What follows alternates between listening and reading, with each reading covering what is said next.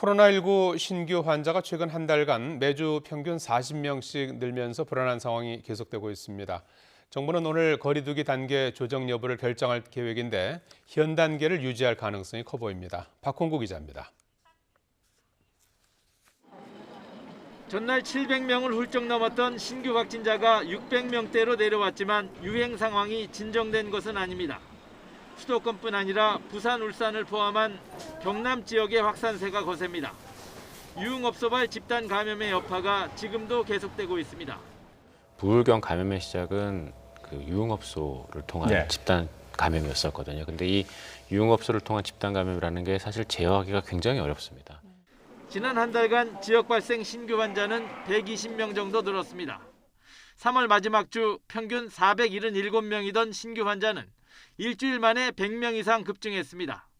이후 2주 연속 40명씩 증가하다 이번 주엔 590명으로 확산세가 주춤한 모습입니다.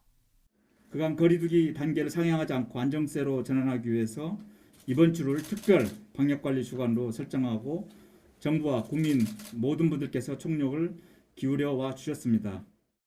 거리두기 단계 조정을 앞두고 정부는 중환자 병상 확충 등 의료 대응 역량이 높아졌다는 점을 강조하고 있습니다. 또 위중증 환자도 지난 3차 유행 때보다 줄고 백신 접종에도 속도가 붙고 있는 만큼 현행 거리두기 방역 수칙이 유지될 가능성이 높습니다.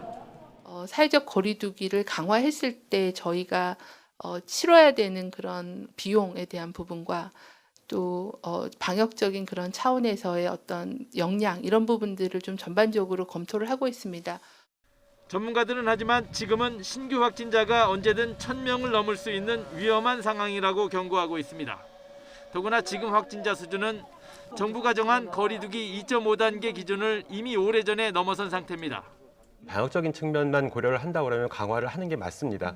그래야지 지금의 신규 확진자 규모를 크게 완화를 시켜놔야지만 돌발 변수가 발생을 했을 때 감당이 가능하거든요. 이번에 발표될 거리두기 조정안은 다음 주부터 3주간 적용될 예정입니다. 4차 유행 우려 속에 정부가 거리두기 체계 개편 시기를 놓치면서 현실에 맞지 않는 방역 수칙이 다음 달까지 이어질 가능성이 커졌습니다. YTN 박홍구입니다.